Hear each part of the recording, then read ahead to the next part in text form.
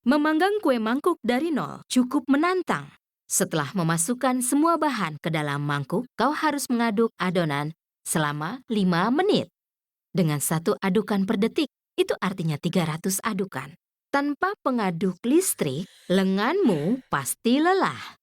Jika kau punya pengaduk listrik, kau tinggal meletakkan mangkuk di bawah pengaduk dan biarkan alat itu yang berulang mengaduk adonan. Prosesnya jadi jauh lebih mudah.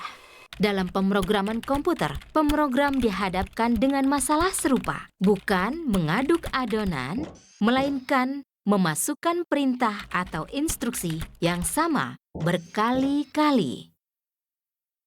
Untuk memecahkan masalah ini, mereka memakai apa yang disebut putaran pemrograman. Putaran pemrograman menghilangkan pengulangan masuknya perintah. Putaran berguna saat kau menuliskan pesan yang sama berkali-kali atau menulis semua bilangan dalam jangkauan tertentu. Rasanya seperti seorang teman mengizinkanmu memakai pengaduk tegak. Kau tinggal menempatkan mangkuk di bawah pengaduk dan biarkan alatnya bekerja. Ada beberapa tipe putaran pemrograman. 3 putaran umum yaitu putaran untuk, putaran sementara, dan putaran lakukan sementara. Putaran untuk menjalankan kode beberapa kali tanpa menguji ketentuan. Dengan memakai penghitung dan tiap kali kode dijalankan, misal kode aduk sekali, hitungannya naik 1. Hal ini dilakukan hingga tujuan tercapai. Putaran untuk berguna jika kita tahu berapa jumlah pasti dari perintah yang harus diulang. Rasanya seperti kau bisa memrogram pengaduk listrik untuk menjalankan 300 putaran atau mengaduk adonan. Karena kau tahu berapa adukan yang diperlukan. Keuntungan memakai robot dan putaran pemrograman yaitu kita bisa membuat adukannya lebih cepat. Misalnya, aduk 3 kali pada tiap pengulangan sehingga didapat total 900 adukan dalam 5 menit. Putaran sementara dan lakukan sementara sedikit berbeda. Keduanya menjalankan kode jika kondisinya terpenuhi. Kondisi adalah apa yang kau periksa sebelum melakukan sesuatu. Misalnya, kondisinya adalah lapar. Dan makan adalah yang kau lakukan saat lapar.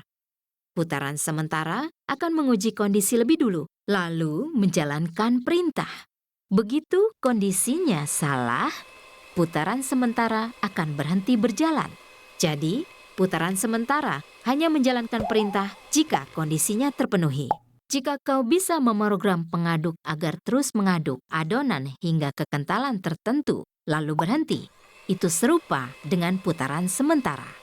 Meski kita senang belajar putaran pemrograman, kita harus waspada dengan putaran tak terhingga. Putaran ini berjalan tak terhingga, biasanya karena kesalahan pemrograman. Dalam kasus ini, pengaduk akan terus mengaduk dan tidak pernah berhenti.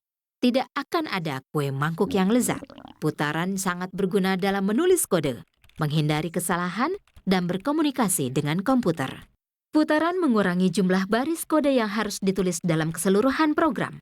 Putaran sangat berguna jika kita perlu menjalankan kode yang sama berkali-kali.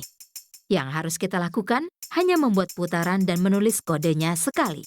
Tergantung bagaimana kita ingin kode dijalankan berdasarkan kondisinya. Kita bisa memakai putaran sementara atau lakukan sementara. Saat membuat kue mangkuk, sebaiknya kau ganti memutar dengan mengaduk untuk mempermudah hidup.